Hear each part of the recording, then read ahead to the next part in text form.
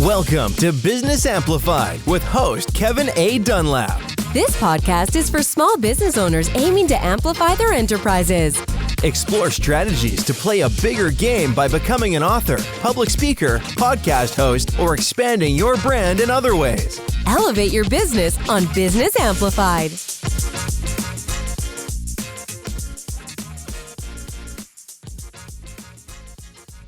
Well, hello, everybody. This is Kevin Dunlap here with Business Amplified. And today we've got a very special treat. We have a gentleman that I just met a few weeks ago, or about a week or so ago. His name is Shane. He actually deals with people that have some additional challenges. Now, I will let him go into more about that and have him show you how he, as an entrepreneur, how he has built a business despite any kind of perceived setback. So, Shane, I do want to say welcome to the show. Thank you for having me on. I really appreciate it. Oh, my pleasure. So, Shane, the first and probably one of the most important questions I always like to start with is, who are you, what is it you do, and why do you do it? My name is Shane Thrapp. I am the father of four. I am a stay-at-home father. I also am an ADHD life coach, career coach, and I work with entrepreneurs to develop their businesses, and I run a nonprofit for the Men's ADHD Support Group.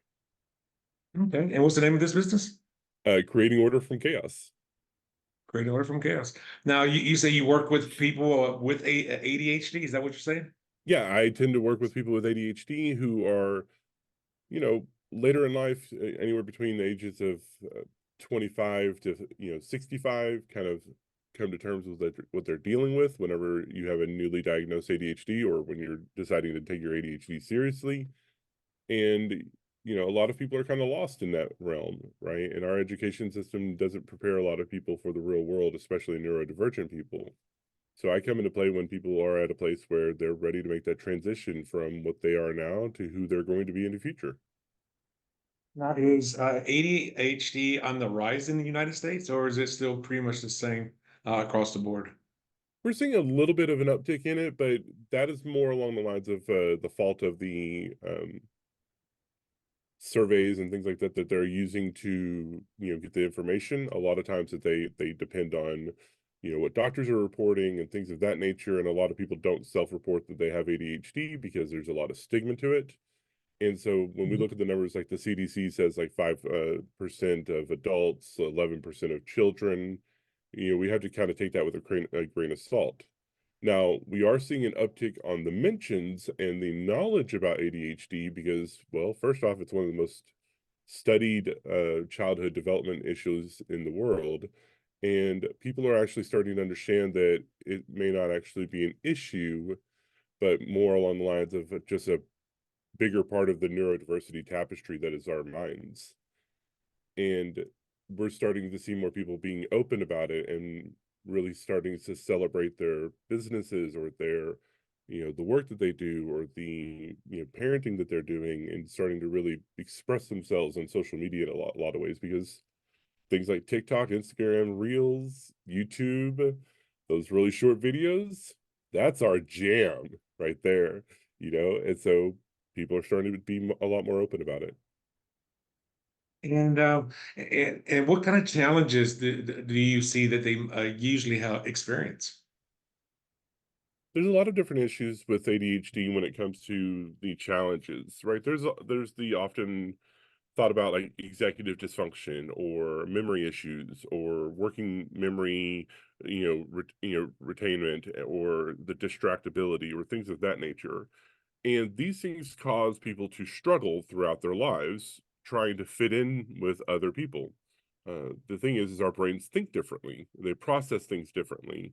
We have a different timeline for when we're going to hit developmental marks as children. And a lot of people grow up with this mindset that they never fit in because a lot of the people around us have these neurotypical standards, and they ignore the signs of where we're struggling, and we don't gain an understanding of who we are, or we don't gain an appreciation for the things that we're good at because so many negatives are thrown at us from a very early age. And go ahead. And that causes a lot of issues whenever we get to being adults, when we're still trying to fit in with all these people. And we already have a issue with our working memory and our executive function. And then now we're adding trauma on top of that. And a lot of people with ADHD also deal with trauma, which makes all of those different issues even worse. And that's the struggle, right? Never fitting in, never feeling like you're good enough, never feeling like you are actually able to make an impact on the world, stifling your creativity just so because you don't want people to think that you're weird. That creativity is part of the things that make our society so amazing. And then, of course, on top of that, all the challenges of just being self-employed to begin with, finding the right Mhm. clients, finding your niche or niche, however you want to pronounce it, and then dealing with those struggles on top of the those other challenges that they're going through. Right. And, one of the big reasons why I do so many business podcasts as a ADHD coach is because there's so many people out there who are trying to do things in a neurotypical way. And by the way, there's nothing wrong with that. But your brain doesn't, many of our brains do not work that way. One of the reasons why people with ADHD often are, are more likely to be entrepreneurs is because we can't find a workspace where we fit in that values our skill sets. And so we have to develop that. What does that look like? And so along the ways, whenever you're working within your skill set and starting to understand what your values are, they're going to sometimes be very divergent from the way that a neurotypical person works. And it's not until you find that your kind of your toolbox or your owner's manual that works for you that you start to really achieve things in the businesses that you run. Just out of curiosity, the people that you work with, what kind of businesses do they run and operate? And it's also, are they mainly solopreneurs, or do they actually have groups of people or teams? You know, I'm gonna answer the first question because there's a funny story on that one. One of the Okay. people that I'm friends with is a pug photographer, world renowned. Like he has publications across international video blogs and everything of him taking pictures with pugs. It's a super niche The thing. dogs. Yeah, the dogs. And that's it. He doesn't do wedding photography. He doesn't, unless it's pugs wedding photography. He doesn't do anything like that. He simply focuses on photography and pugs. So that's what I mean about finding value in the things that you do. Because how many of y'all, especially the listeners that are out there, as children, had this wild idea of what you wanted to do or what you really enjoyed, and the people around you told you that there's not going to be any money that comes from that, or there's not really any value to that. And you kind of let that thing die off to the wayside. Now, I don't mean imaginary friends or anything like that. I mean those things that we were super passionate about as kids. And Okay. that's a big indicator of where whenever you have ADHD or autism, you actually need to follow that and see if that is something that you can make something from. Um, Fantastic. Because when you say about the guy that takes only pictures of pugs, there's this artist out of New Orleans, Louisiana, and all he paints are blue dogs. One specific blue dog, and that's and what I mean. So the other thing, a part of that question that you had asked is like, what fields do I see a lot of people in? Mostly creative. I see a lot of people who are like, I'm a, you know, I'm a sheetrock guy, but I want to be an interior designer, right? Sheetrock okay, was a thing that his company, his family had started years and years ago, and he kind of fell into it, but he wanted to be an interior designer.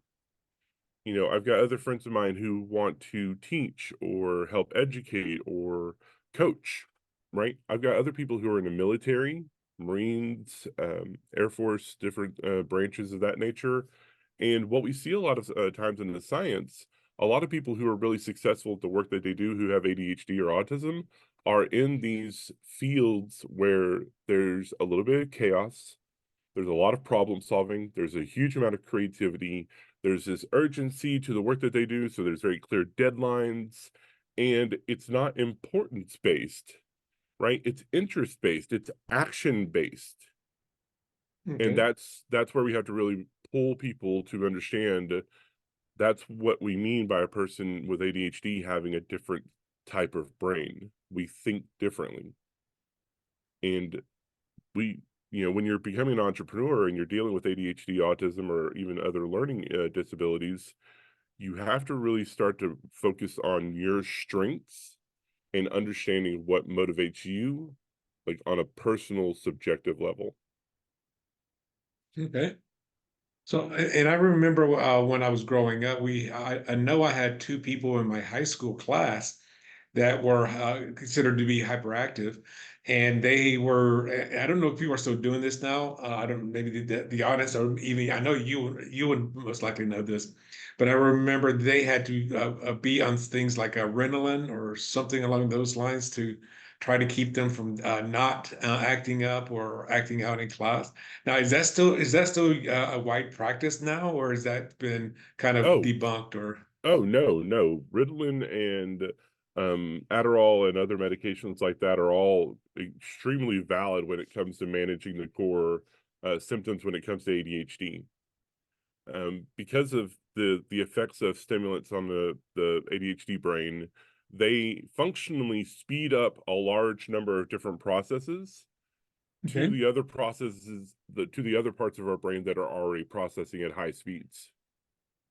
And that actually in turn gives us the ability to control our impulses a lot easier, because part of the brain that deals with impulse control is affected by ADHD. It also allows us to manage our emotions better, which is emotional dysregulation is a big part of ADHD. And it allows the rest of our working memory to actually catch up, to catch more of the input that we're getting from the world around us and retain it a lot easier. And, whereas whenever you give somebody like, Joe Blow off the street Adderall or Ritalin, their brains just go insane and they get super hyperactive and things like that. Um, any stimulant actually has more of a calming effect on people with ADHD because of how it balances the brain functions out. so would that also include things like caffeine or? uh, Hmm. I can shotgun a Monster Energy drink and go take a nap, because what it's done is it's sped up all of the different synapses in my brain, and certain parts of the brain are keeping up with the rest of my mind, and so it calms me down. It makes it easier to process the fairly overwhelming emotional issues that a lot of us have, as well as allows us to, like, again, see the consequences to an action and slow down just a hair bit before the impulsivity kicks in. And that's why we see a lot of people with ADHD who medicate with caffeine, honestly, and because it does what it needs to do. It's not healthy, right? 20 ounces of Mountain Dew a day, probably not the best way to treat your ADHD. However, like, the other side of that coin, though, is medication is not a cure-all. Right. I mentioned this earlier, that there's other issues that people with ADHD deal with, like trauma and things of that nature. There's also like the different behavioral issues that we can deal with because of the heightened emotional dysregulation that we have. Because people with ADHD feel things more.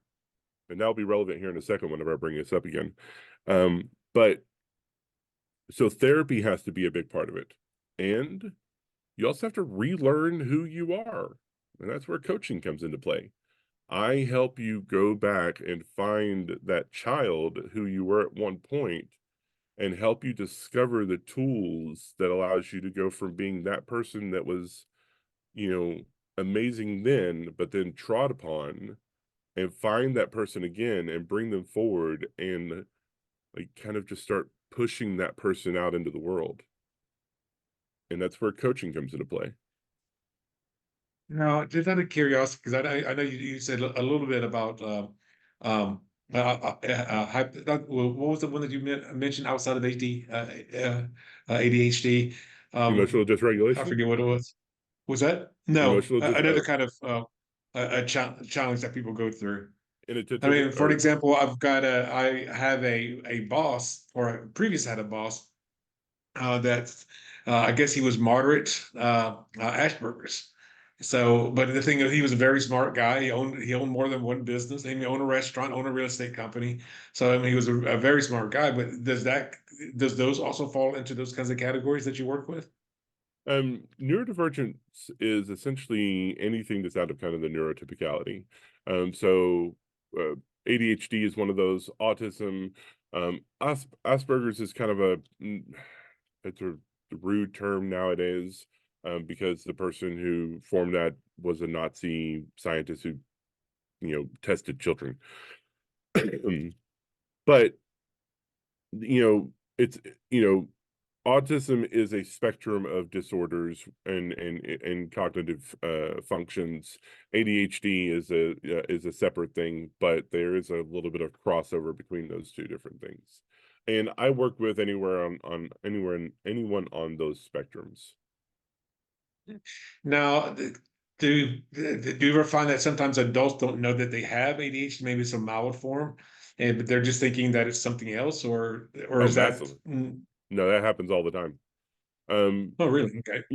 Earlier I had mentioned like the numbers of people who sit here and they get diagnosed and things like that.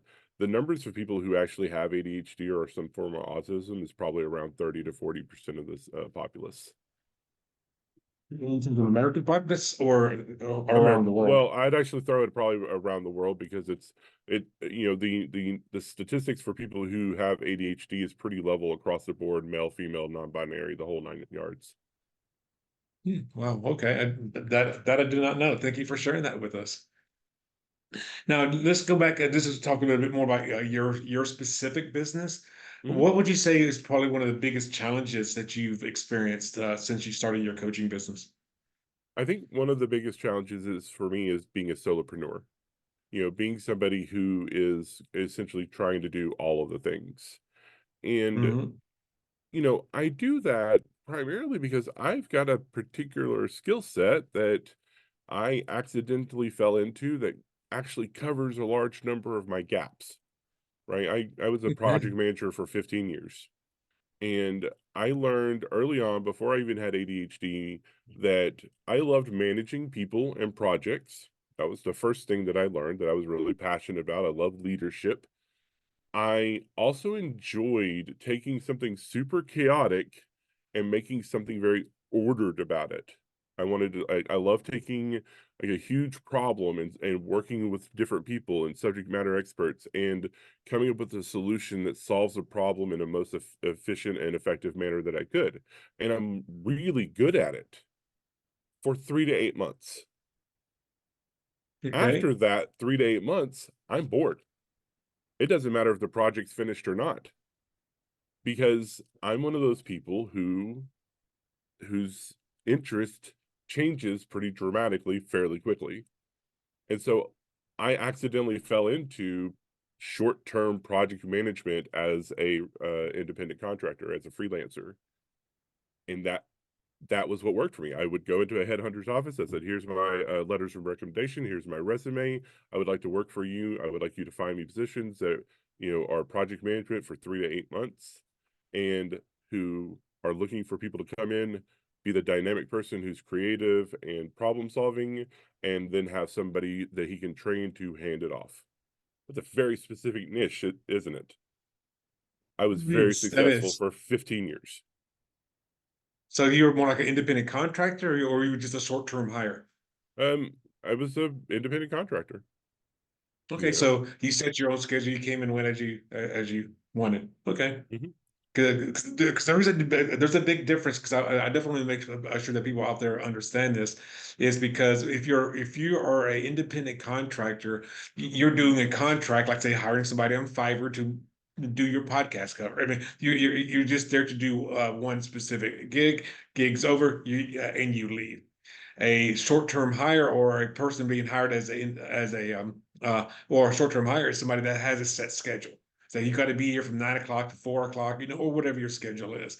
Because I mean, in my second book, or my fourth book, I wrote about this, where I was working as a bartender, and this was a few years ago, a couple of decades ago. And the owner wanted to save money on taxes and such, so she hired all the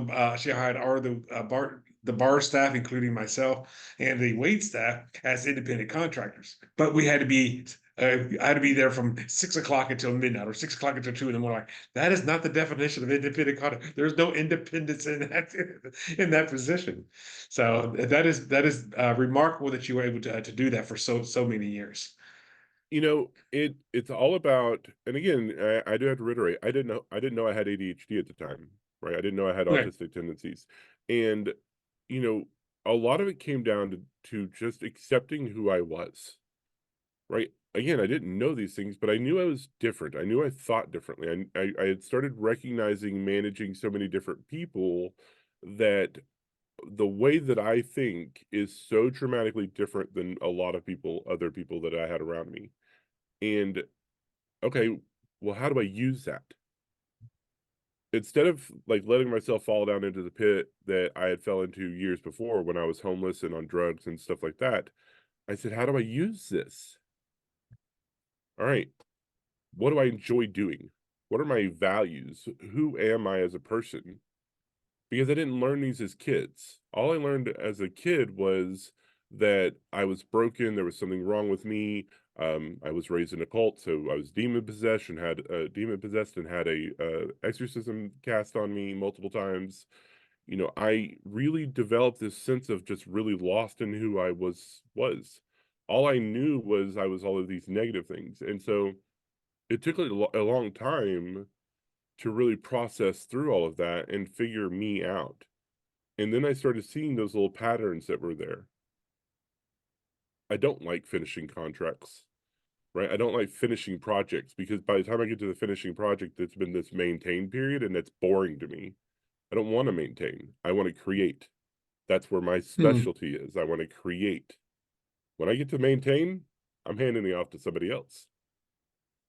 Now, are most of your clients the kind of the same way themselves? That they are more of the on the creative type, and they get bored after We have the project ADHD. is completed? It's our hallmark. It's part of our ADHD.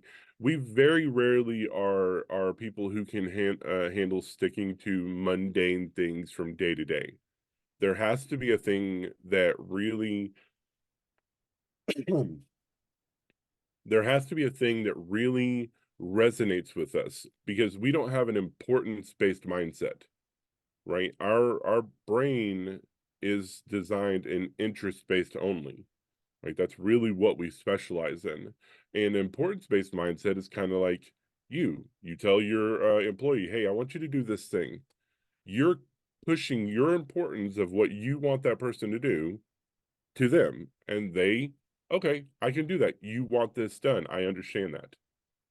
Or, hey, I want to go for a run. I want to get healthier and things like that. I'm gonna go for a run because this is important to me. Mhm. And that's not really how we resonate. We resonate Okay. on things that are, there's an acronym out there called NICUP: novelty, interesting, challenging, urgency, passion. That's what drives us, right? Are there ways that we can make this a new experience? Well, we do that all the time because we've often got 55 hobbies that we're working on, 4 books, 17 different things that we're doing creatively. We have this huge laundry list of all the new things that we're doing, right? But then we find something that's much more interesting, and so we jump over to that because it's novel and it's interesting.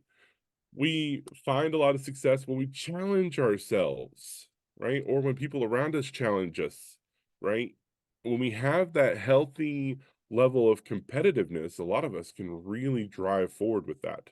We love to prove people wrong. We have a very innate sense of social justice. This is the rules, especially if you're on the autism spectrum. Like, these are the rules. This is what you're supposed to do. This is how you're supposed to do it. We get really rigid thinking sometimes. But that's kind of where we have to find that challenge that gives us the things that we enjoy. There has to be this level of urgency around the work that we do. So there has to be something that is pulling us in to sit here and say, okay, this is due by this day. I know you don't think it's important, but this is when it's due. Here's the clear due date. All right. And this is the responsibility that you have. So now we have to follow that deadline.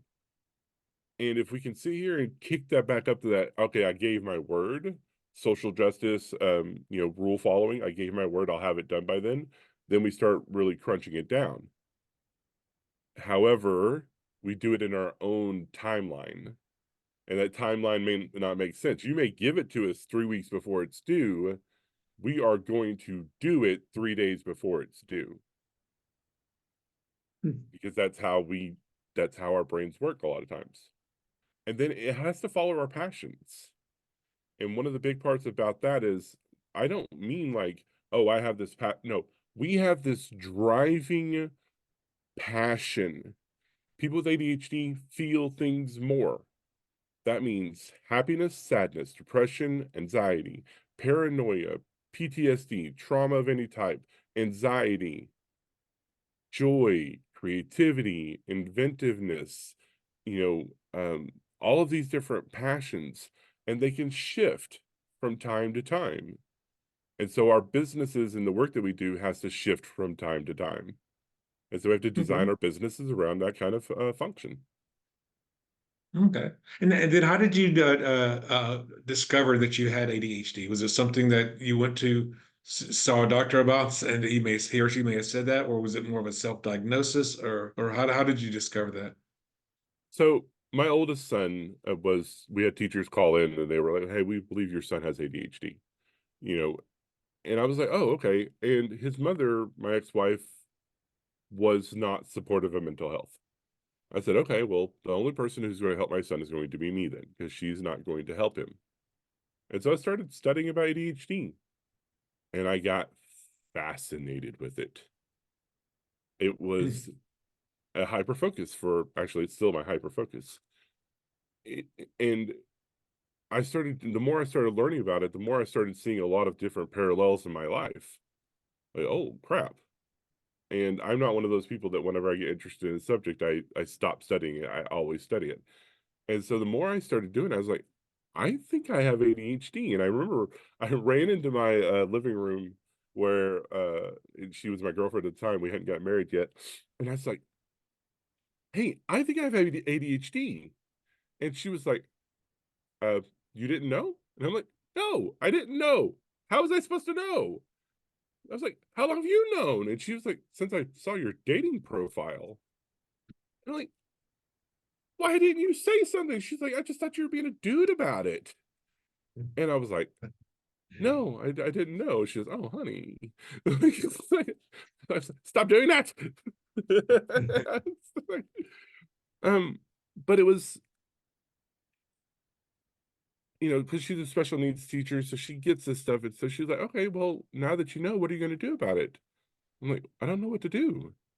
And that was it. That was what actually started the whole bug in my head about getting treatment for ADHD. And then I started trying to find a psychiatrist who treated people with ADHD, adults with ADHD. And the first doctor I went to, she's like, oh, no, you have depression. Oh, I don't think so. I'm not like a sad person most of the time. I'm actually a pretty like easygoing kind. I just have a hard time getting started with things.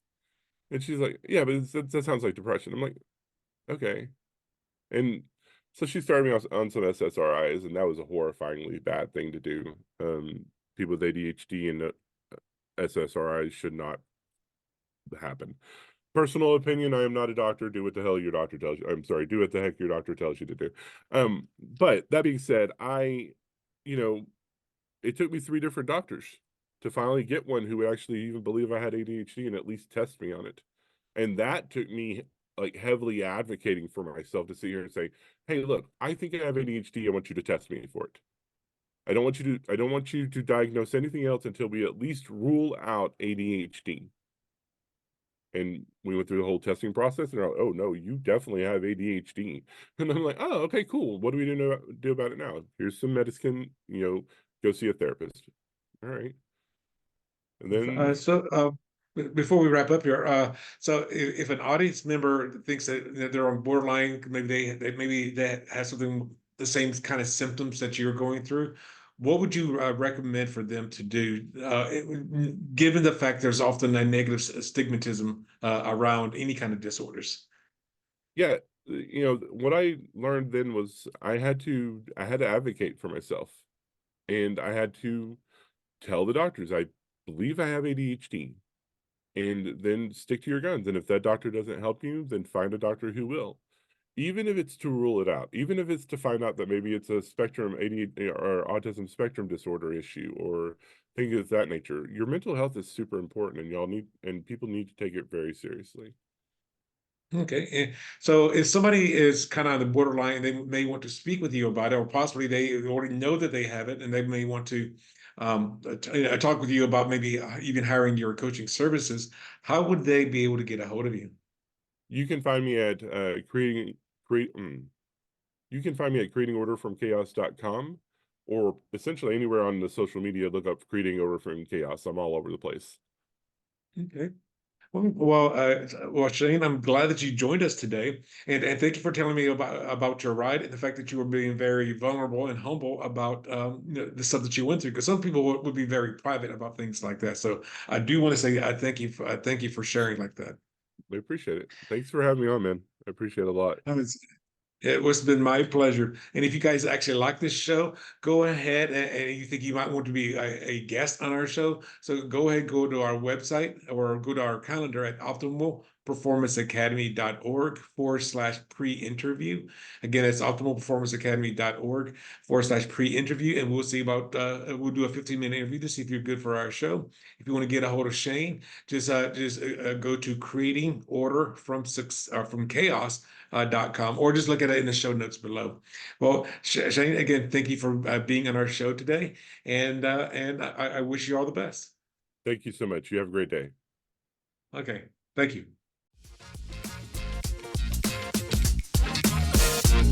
Thanks for tuning in to another empowering episode of Business Amplified with Kevin A. Dunlap. If you found value in today's insights, don't forget to subscribe, rate, and share the podcast. Keep amplifying your business. And remember, your success journey is our inspiration. Until next time on Business Amplified, go out there and make your business thrive.